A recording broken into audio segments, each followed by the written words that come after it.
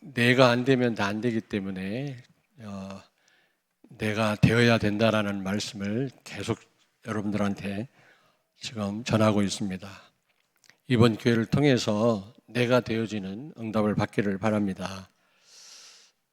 어떤 목사님이, 제가 아는 목사님이 내 지하에서 개척을 시작했는데 몇 년 동안 한 명도 안 오더래요, 성도가. 어째 그럴 수가 있습니까? 그래가지고 어떻게 해서 3층으로 올라갔어요. 아주 좋은, 아마 비용도 많이 들 텐데 좋은 장소로 옮겼는데 또 몇 년 동안 한 명도 안 와. 그러다 보니까 어려워지니까 다시 지하로 또 내려갔어요. 분명한 하나님의 계획이겠습니다만은 내가 안 되면 그게 됩니다. 장소만 옮긴다고 되어지겠습니까? 그리고 어떤 선교사님은 한국에서 목회가 안 되니까 선교사로 나간 거 있죠. 여기서도 내가 안 되는데 나간다고 되겠습니까? 더 어렵지. 사모님이 정신 돌아가지고 집을 나가지 않았습니까? 그런 걸 볼 때 여러분, 내가 되어지면 다 되는 줄로 믿습니다. 그런데 내가 되려면 내 수준 갖고 안 되거든요, 여러분. 우리는 하나님과 같은 수준이 되어지지 않으면 우리가 하나님은 될 수가 없죠, 감히. 그러나 하나님과 같은 수준이 되지 않고는 우리의 전 삶이 전도자의 삶을 살 수가 없고요. 우리가 삶 가운데 승리할 수가 없는 줄로 압니다. 그래서 하나님과 같은 수준이 돼야 돼요. 하나님과 같은 수준이 돼야 된다. 그러니까 아이고 불가능한 얘기 아니겠냐? 그렇지 않습니다, 여러분. 예수님도 말씀했어요. 요한복음 14장에 나보다 더 큰 일을 하리라 그랬어요. 예수님보다 더 큰 일을 할 수 있다라는 겁니다. 다시 말하면 하나님과 같은 수준이 될 수 있단 말이거든요. 응답을 받을 수 있단 말이거든요. 그런데 또 어떤 분들은 열심히 노력하고 나를 개발하고 최선을 다하면 뭔가 하나님과 같은 수준에 이를 수 있지 않겠나 생각하는 분이 있는 것 같아요. 그것도 너무 잘못된 생각입니다.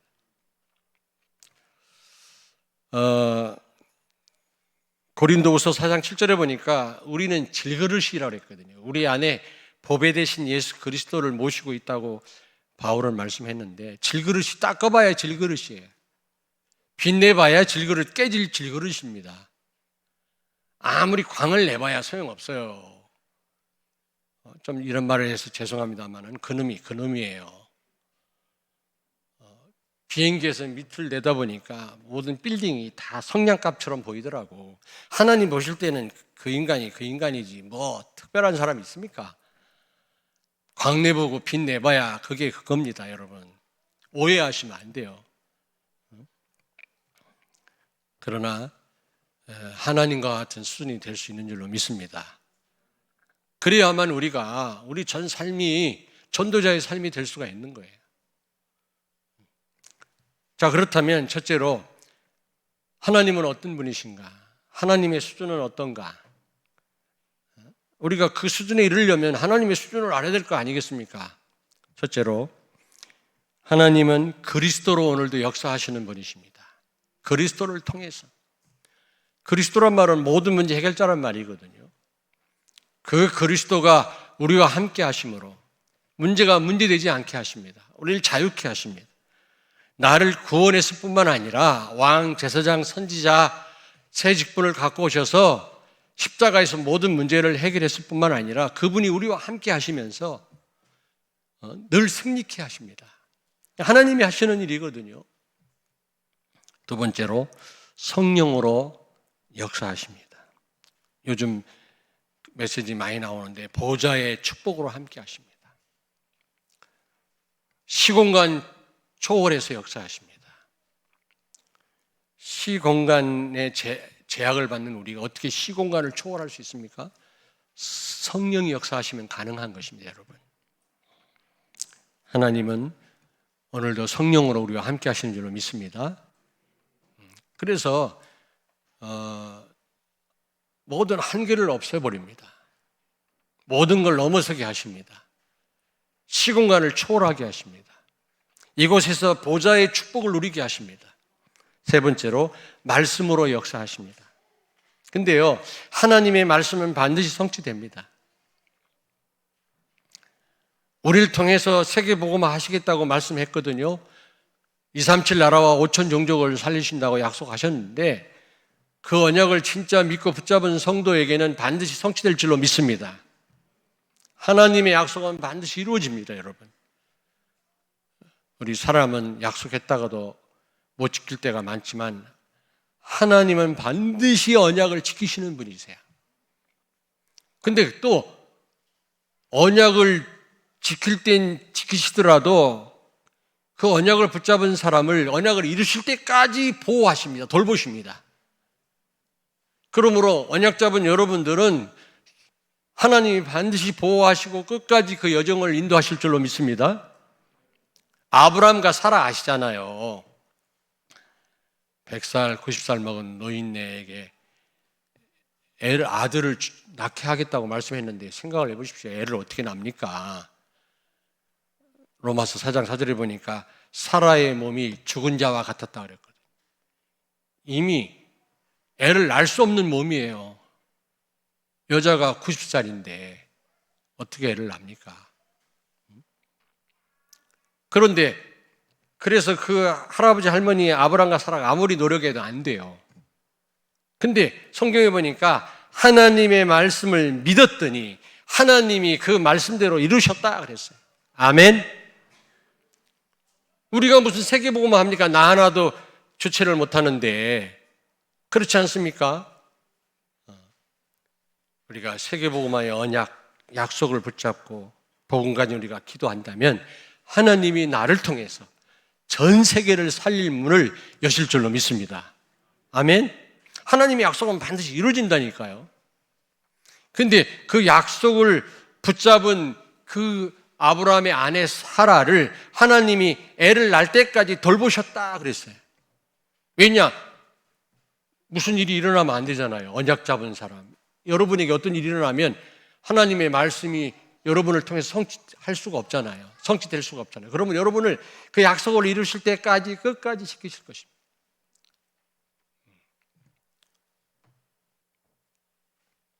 그 약속이 여러분을 통해 성취되면 그 다음은 더 말할 것도 없지요. 하나님은 오늘도 반드시 성취될 말씀으로, 말씀이 곧 하나님이라고 했어요. 역사하시는 줄로 믿습니다. 네 번째로 하나님의 수준은 은혜로 역사하시는 분이십니다. 100% 은혜로 우리를 돕고 있어요. 왜? 우리는 nothing, 아무것도 할 수 없기 때문에. 요한복음 15장 5절에 너희는 나를 떠나서는 아무것도 할 수 없느니라. 우리가 할 수 있는 게 뭐가 있겠습니까? 할 수 있다고 생각하십니까? 아니에요. 성경에 보니까 나의 나된 것은 하나님의 은혜요. 모든 것이 하나님 은혜라고 바울은 고백했습니다. 다윗이 성전 건축 준비를 할 때 백성들이 헌금을 가지고 나왔잖아요. 너무 많이 가지고 나와서 그만 갖고 오라고 그랬어요. 우리 교회도 그랬으면 제발 좋겠어. 그만 헌금해라. 근데 그렇게 인색할 수가 없어요. 왜냐? 다윗이 뭐라고 고백했습니까? 하나님이 은혜로 주신 것들을 드렸을 뿐입니다. 헌금은요, 모든 게 하나님 은혜라는 신앙 고백이에요. 우리가 인색한 거는 내가 열심히 해서 벌었다고 생각하기 때문에 드리지 못하는 겁니다. 빨리 옆에 저 요양병원 저 건물을 사야 되는데 저기 신천지가 치고 들어오면 어떡합니까? 누가 막 사진 찍어가고 그러더만. 우리 어린 후대들을 위해서 필요한데 말이지. 이 앞에 생수 창고 거기 앞에 주차장 건물 우리가 주차장 땅 살 때 170평 살 때 그거랑 같이 사라고 그랬거든 주인이. 근데 그때 우리가 상황이 3층 증축도 하고 그래갖고 안 된다고 2개를 같이 못 산다고 그랬더니 생수 그 창고로 쓰는 분들이 그걸 샀잖아요. 살면서 우리 땅을 사라고 그래가지고 샀는데 지금 보니까 그때 살 걸. 그때 샀으면 거기에다가 지금 교육관을 짓고 학사를 짓고 우리 대안학교를 지어서 우리 렘넌트들을 계속해서 키울 수가 있었을 텐데 말이에요. 근데 지금 또 기회라 옆에 또 건물 또 나왔어요. 또 안 된다고 생각하는데 그래 말이에요. 어쨌든 모든 게 하나님이 주신 것을 들었을 뿐이라고 그랬어요. 들었을 뿐이라고 그랬다고. 다윗의 고백입니다. 백성들 보고 헌금 좀 그만 갖고 와라. 그러면서 하는 말이 하나님이 주신 것을 들었을 뿐이니이다. 여러분, 헌금은요 굉장히 의미가 있는 신앙의 행위입니다. 모든 게 하나님 은혜라는 고백입니다. 하나님 은혜가 아닌 것이 없습니다, 여러분. 우리는 구원받을 만한 자격도 조건도 능력도 없습니다. 영적으로 죽은 시체와 같았어요. 나싱이에요. 진짜 아무것도 할 수 없었어요. 하나님이 일방적으로 우리를 살리셨어요. 예수 그리스도를 통해서. 그리고 100% 은혜 가운데 지금도 우리를 인도하고 계십니다. 내가 한 게 있어야. 아까도 말씀드렸습니다만 이 세상 법칙이 뭡니까? 인과율의 법칙이라고. 원인이 있어야 결과가 있다라는 겁니다. 이 세상 법칙에 원인이 없는데 결과가 절대로 있을 수 없는데 십자가에서는 원인이 없는데 결과가 일어났어요. 우리가 구원받았잖아요. 그러므로 십자가는 은혜요 능력입니다, 여러분. 아멘. 그렇다면 두 번째로 나의 수준을 알아야 되겠죠. 내 수준. 100% 하나님의 은혜가 필요한 존재입니다, 우리는. 고린도전서 15장 10절에 나의 나된 것은 하나님의 은혜로라. 모든 게 하나님 은혜라고 바울이 고백했어요. 그렇습니다. 내 힘으로 내가 살아온 것 같지만 사실은 모든 것이 하나님 은혜였습니다. 나중에 철들면 깨달아요. 그전에는 몰라요. 그렇다고 할 때 그렇구나. 모든 게 하나님 은혜구나. 100% 하나님 은혜가 없이는 우리는 살 수 없는 존재구나. 뭐 구원을 말할 것도 없지만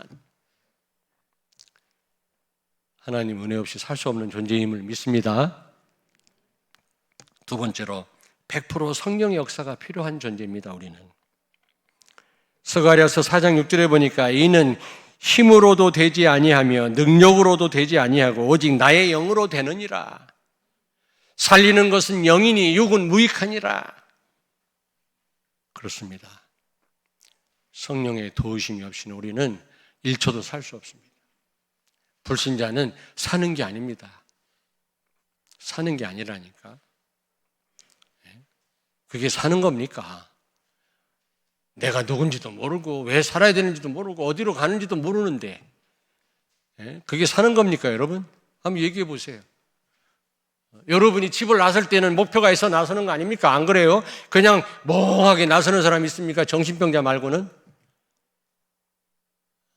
그와 같단 말이에요. 그냥 나와 집을 나서는 거야.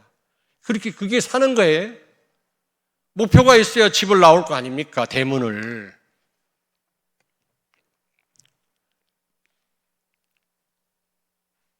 그렇습니다. 그래서 사도행전 20장 22절에 바울은 성령에 매여 그랬습니다. 필요할 때마다 성령의 인도를 그때그때 받는 사람이 아니라 아예 그냥 성령에 매인 사람이었어요. 성령은 하나님이시잖아요. 성령의 인도가 없이는 이 험악한 세상, 어두운 세상, 사단이 역사하는 이 세상에 우리는 이 여정 가운데서 우리는 한 치 앞도 우리는 내다볼 수 없고 갈 수가 없는 겁니다, 여러분. 안 그래요? 사람이 보기에는 좋은 길처럼 보이지만 필경 좋은 길처럼 보이지만 사망의 길이니라 그랬잖아요.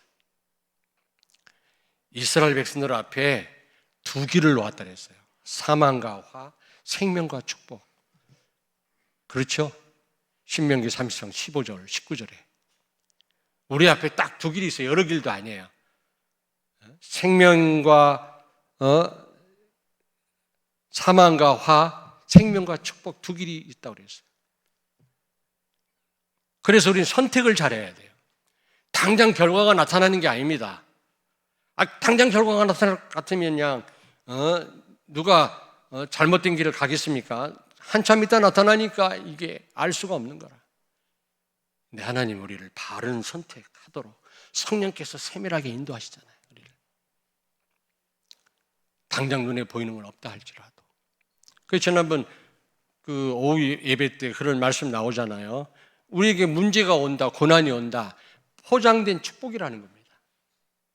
축복이 눈에 보이게 딱 나타나면 우리는 차지하지도 못해. 전부 약삭빠른 인간들이, 그런 인간들이 다 차지하지. 안 그래요? 교회 와서 앉아 있는데 막 축복이 쏟아지면 여러분 여기 앉을 자리도 없어. 다 쫓겨나야 돼. 다 이상한 인간들이, 약삭빠른 인간들이 다 앉아 있지. 국회의원 같은 놈들이 다 와서 앉아 있지. 안 그래요? 국민을 조금 더 생각도 안 해. 참. 그래서 무슨 얘기하다 그랬지? 왜 고난이 포장된 축복이 고난으로 포장돼서 우리에게 주어지느냐? 진짜 하나님을 사랑하고 믿음 있는 사람만 누리도록. 가짜들은 알지 못하도록. 무슨 얘기인지 아시겠습니까, 여러분? 성령은 진짜를 보게 합니다. 진짜를 선택하게 합니다. 그럼 우리는 성령의 역사가 100% 필요한 사람들이에요. 성령의 도움 없이는 이 땅에서 살아갈 수가 없습니다, 여러분. 마치 불신자들은 목적 없이 대문을 나서는 것과 똑같은 삶을 사는 겁니다. 얼마나 불쌍합니까? 세 번째로 100% 말씀이 필요한 사람들이에요. 아멘. 창세기 2장 15절 17절에 여러분 하나님의 아담과 하와를 에덴 동산에 살게 하시면서 경작하게 하고 지키라고 하면서 선악과 테스트를 하시잖아요. 저는요 이 말씀 늘 묵상합니다. 우리가 받은 축복이 너무 큰데 그거를 지키고 누릴 수 있는 길은 예배와 말씀이다. 말씀 놓치면 복 받고 안 받고의 문제가 아니라 죽느냐 사느냐의 문제예요. 말씀 없는 자는 이미 죽었고 영적으로 죽었고 하나님을 몰라요. 어떤 게 사는 길인지도 몰라요. 우리 친구들 만나면 그래요. 내가 이제 그 장례식장을 꼭 가거든. 가면 동창들 다 옵니다. 평상시는 뭐 만나질 못하지만 처음에 이렇게 반가워요. 아, 광 목사님 오셨습니까? 할렐루야. 막 이래요. 예수 안 믿는 친구들이. 그러다가 조금 시간 지나면 나를 밀어내요. 빨리 가. 교회 가서 기도해야지. 막 이래요. 왜냐? 지들 이제 노름하러 가든지 여자 집에 가든지 술 먹으러 가려고 저를 따돌립니다. 제가 있으면 방해되니까. 그럼 제가 그래요. 야, 나이가 몇 살인데 지금도 그 짓이냐? 애들 다 시집장가 보내놓고 그게 뭐 하는 짓이냐 그게. 철들을 때도 됐다. 그랬더니 하는 얘기가 두 가지. 야, 그게 무슨 잘못인데? 죄가 죄인 줄 몰라요. 죄를 먹고 마시면서도 영적으로 죽었다는 증거거든. 우리는 비록 연약해서 범죄한다 할지라도 하나님의 눈치를 보잖아요. 그게 살아있다는 증거예요. 또 하는 얘기가 무슨 재미가 있냐? 그거 아니면 그렇습니다. 재미가 있을 리가 없지. 여러분, 말씀 없으면 죽은 거고요. 말씀 있어도 말씀 놓치면요 죽은 자와 같아요. 살아있으나 죽었노라. 그래서 우리는 말씀이 필요합니다. 말씀이 최고 빠른 방법이고 가장 안전합니다. 하나님 말씀. 오늘 이 말씀 듣는 자리에 있는 여러분이야말로 최고로 축복받은 분들인 줄로 믿습니다. 말씀이 없으면 백성이 방자에 살고 내 백성이 말씀이 없어서 망하는도다. 호세아 선지자가 말씀했잖아요. 호세아 4장 6절에. 시편 119편에 보니까 하나님의 말씀이 환난 날에 나를 구원하였도다. 제가 어떤 분 집에 들어가서 말씀을 나누는데요. 여자분은 좋아해요. 여자 집사님은. 근데 남자 성도님은 싫어해요. 노골적이요, 얼굴. 와이프가 뭐라고 하니까 내가 어쩔 수 없이 옆에 앉아서 듣는데 짜증내고, 그리고 가끔 졸아. 근데 가끔 코도 골아. 보통 문제가 아니라. 근데 한 1년 정도 하다가 보니까 이분이 큰 실수를 범해가지고 그 중요한 직장에서 쫓겨났어요. 자기 고백이에요. 목사님을 통해서 말씀을 안 들었으면 나는 자살해 죽었을 거다. 말씀이 나를 살렸다 고백하더라고요. 하나님이 그를 살리려고 나를 1년 동안 그 집에 그렇게 싫어하는데도 보내셨구나. 그렇습니다. 타락하던 자식이 옛날 부모님께 교회에서 듣던 말씀 듣고 돌아오는 경우가 너무 얼마나 많습니까? 우리는 100% 말씀이 필요한 사람들이 생명처럼 붙잡아야 돼요. 바울은 그래서 사도행전 18장 5절에 필요할 때마다 말씀 붙잡고 갈급할 때만 주여, 그게 아니라 말씀에 붙잡혀 죽을 줄 알았는데도 말씀에 붙잡혀 그는요 가지 말라는 길을 갔다 그랬어요. 그리고 마지막 네 번째로 우리는 100% 하나님의 긍휼하심이 필요합니다. 하나님이 우리를 긍휼히 여기시지 않았다면, 불쌍히 여기지 않았다면 살아남을 자가 어디 있습니까? 제가 한번 여쭤볼까요? 하나님의 긍휼하심과 불쌍히 여김이 없어도 나는 살아남을 수 있다는 분 손 들어보세요. 아무리 생각해도 우리 사람과 같은 생각으로 우리를 대한다면 아마 죽어도 몇 번 죽었을 거야. 아마. 그렇잖아요. 다른 사람 마음 아프게 하고 죽을 일을 얼마나 많이 합니까? 그러나 하나님은 끝까지 기다리세요. 별명이 영원이에요. 영원토록 기다리세요. 우리를 긍휼히 여기세요. 예수님은 여기 공생의 3년 또 33년 동안 인간의 어려움과 괴로움을 다 이미 겪으셨다고 그랬어요. 그러고 우리를 이해하시고 기다리세요. 우리를 위해서 기도하고 계시다고 그랬어요. 저는 100% 하나님의 긍휼하심이 필요합니다. 그 긍휼하심이 필요 없는 사람이 있겠습니까? 그런 사람이 어디 있겠어요?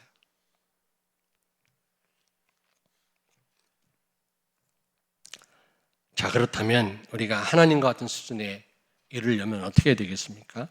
가능합니다. 요한복음 14장 12절에 예수님이 말씀했어요. 너희가 나보다 더 큰 일을 하리라.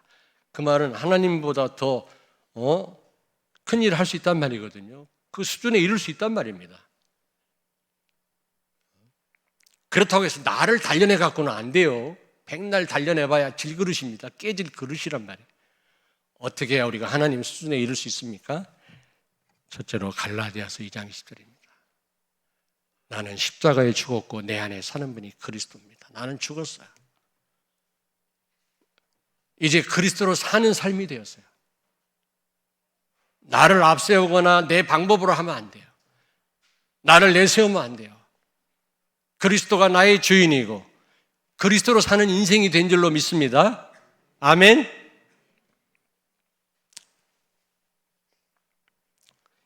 내가 사단하고 맞서면요 사단 못 이겨요. 그리스도를 앞세울 때 흑암 세력은 무너져요.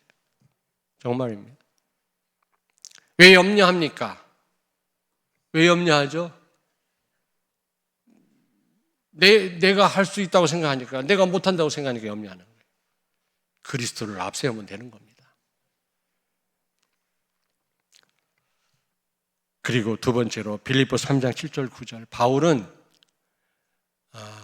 그리스도를 더 깊이 알고 누리기 위해서 자기가 가진 모든 것을 배설물로 여기고 해로 여겼다 그랬어요. 배설물이 뭔지 아시죠? 근데 여러분 보세요. 여러분과 나는 배설물을 여길 것도 없고요. 해로 여길 것 별로 없어요. 가진 게 있어야지. 다시 말하면 하나님의 수준에 이르려면 버려야 된다는 겁니다. 버려야 된다는 거예요. 하나님 수준에 이르지 못하도록, 하나님의 축복을 못 누리도록 가로막는 것을 내려놔야 된다는 거죠. 그래서 근데 바울은요 대단한 사람이었습니다. 산헤드린 회원 국회의원이었지. 그는 율법학자지, 당대 석학이었지, 가마리엘 문화에서 최고의 선생님이셔서 공부한 사람이지, 로마의 시민권을 가졌지. 그는요, 굉장한 사람이었어요, 그 사람은. 어쨌든. 그런데 그걸 다 배설물로 여겼다. 그리스도 알고 누리는데 해로 여겼다고 고백합니다. 그렇다면 우리는요, 혹시 복음을 깨닫고 복음을 누리는데 방해되는 거 있다면 내려놓으셔야 돼요. 다 내려놓으셔야 돼요. 어떤 분은 쥐꼬리만한 지식을 가지고 오히려 방해를 받고요. 돈 좀 있다고 돈 때문에 방해받고요.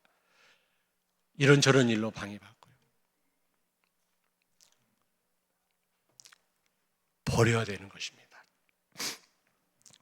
그리고 세 번째로 창세기 12장 1절, 기준과 배경을 바꿔야 돼요. 여러 번 말씀드렸죠. 자, 아브라함에게 너는 복의 근원이 될 거다, 너로 인하여 천하 만민이 복을 받을 거라고 하시면서 12장 1절에 고향을 떠나고 친척을 떠나라고 그랬거든요. 무슨 말입니까? 집 나가란 말입니까? 부모 형제를 버리란 말입니까? 그 말이 아니고, 고향을 떠나란 말은 기준을 바꾸라.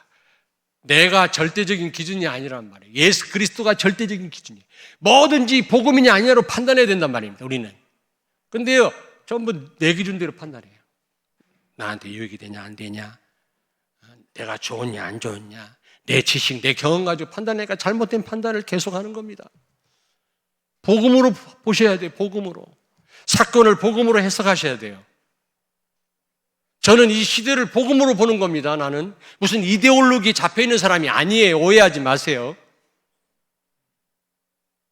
무슨 사상에 잡혀있는 사람이 아닙니다. 복음으로 이 땅을 진단하는 거예요. 복음은 전 영역에 걸쳐서 우리가 진단할 수 있어야 되는 겁니다, 여러분. 그런데 다 자기 기준이에요. 자기가 절대적인 기준이라. 내가 좋으면 좋고 싫으면 싫고, 교회에서 아무리 얘기해도 소용없어. 자기 좋은 대로 해. 그냥 밀어붙여. 그렇게 하다 보면 한계가 와요. 내 수준에 계속 머물러 있어가지고 아무것도 못, 나싱해. 아무것도 못해. 고향을 떠나란 말은 내가 태어날 때부터 내 중심이라, 내 기준대로 살아왔다고. 내 좋은 대로, 내 기호대로. 이제 이거를 바꿔라. 기준을 바꾸라는 겁니다. 절대적인 기준, 복음으로 바꿔라. 모든 걸 복음으로 봐라. 판단해라. 두 번째로 친척을 떠나란 말은, 그때는 무법 시대이기 때문에 친척들이 모여 살아야만 안전했거든요. 친척을 떠나란 말은 무슨 말입니까? 배경을 바꿔라. 백그라운드를 바꿔라. 돈 의지하지 말고, 사람 의지하지 말고, 이제는 권력 의지하지 말고 오직 예수 그리스도, 절대적인 배경인 그리스도만 의지해라, 그 말이에요. 그럴 때 우리가 하나님같이 그런 수준에 이르게 되는 겁니다. 내 기준대로 판단하고 눈에 보이는 거 의지하고 이러면요, 한번 따라서 하겠습니다. 사람 의지하면 코피 터진다. 사람 의지하면 코피 터져. 우리 아내들이요, 남편 의지하지 마세요. 사랑 대상입니다. 예? 남편들이 아내 의지하지 마세요. 사랑 대상이지 의지 대상이 아니에요. 그랬더니 어떤 분이 그러더라고요. 사랑 대상이 아니라 싸움 대상이라네. 맨날 싸우나 봐, 그 부부는. 사단은요, 선악과를 보암직하고 탐스럽게 보이게 했어요. 말씀을 놓치니까 사물이 잘못 보여지는 거예요. 우리도 그렇습니다. 말씀 놓쳤다. 다 잘못 봐요. 다 잘못 봐. 판단 잘못해. 아담과 하와가 이미 사단에 속아서 말씀 놓치니까 선악과가 따먹으면 안 되는 금단의 열매로 보여져야 되는데 먹음직하게 탐스럽게 보여졌다 그랬거든요. 사단은 오늘도 돈이 다인 것처럼, 사람이 다인 것처럼, 권세가 다인 것처럼 우리로 하여금 착각하게 만들어서, 그거 의지하게 만들어서 우리를 무너뜨리는 것입니다. 여러분, 배경을 바꾸셔야 돼요. 오직 그리스도만 의지해야 돼요. 아멘. 벌써 여러분에게 한계가 왔단 말은 다른 거 의지해서 그래요. 사람에게 시험 들었단 말은 사람 의지해서 그래요. 그리스도만 의지하는 사람은 어떤 사람이 나한테 시험 줘도 상관없어요. 돈을 의지하지 않고 그리스도만 의지하는 사람은 돈 있어도 되고 없어도 되는 거예요. 그리스도만 의지하는 사람은 건강 잃어도 괜찮고 건강 주시면 감사. 마지막 네 번째로 기도해야 됩니다. 사도행전 1장 14절. 기도에 전혀 힘쓰니라. 여러분 기도할 때 누가복음 11장 13절처럼 성령이 역사하십니다. 기도할 때 성령은 나를 하나님의 수준으로 높이시는 줄로 믿습니다. 아멘. 그래야만 우리 전 삶이 전도를 위해 쓰임받는 삶이 되는 겁니다. 만남도 그렇고 직장에서도 그렇고 여러분 지역에서도 그렇고 가정에서도 그렇고 그렇게 되면 결론입니다. 여러분 내가 되어지고 초대교회 마가 다락방에 일어났던 역사를 내가 체험하고 다른 사람에게 그 축복을 전달한다면 교회 성공합니다. 개인 성공합니다. 이제 다음 주에 선교 대회가 있는데 선교사 성공합니다. 우리 렘넌트가 성공합니다, 여러분. 아멘. 하나님과 같은 수준 되시길 주의 이름으로 축원합니다. 기도하겠습니다. 살아계신 하나님, 은혜를 감사합니다. 정말 오늘 이 시간 주신 말씀을 우리 영혼 속에 담게 해 주옵소서. 이제 정말 하나님과 같은 수준이 되어져서 나의 전 삶이 전도자의 삶이 되게 하시고 그 어떤 것도 문제되지 않게 하시고 자유케 하시며 237 나라와 5천 종족을 살리는 우리 성도들과 우리 렘넌트들 되게 해 주옵소서. 예수님 거룩하신 이름으로 기도하옵나이다. 아멘.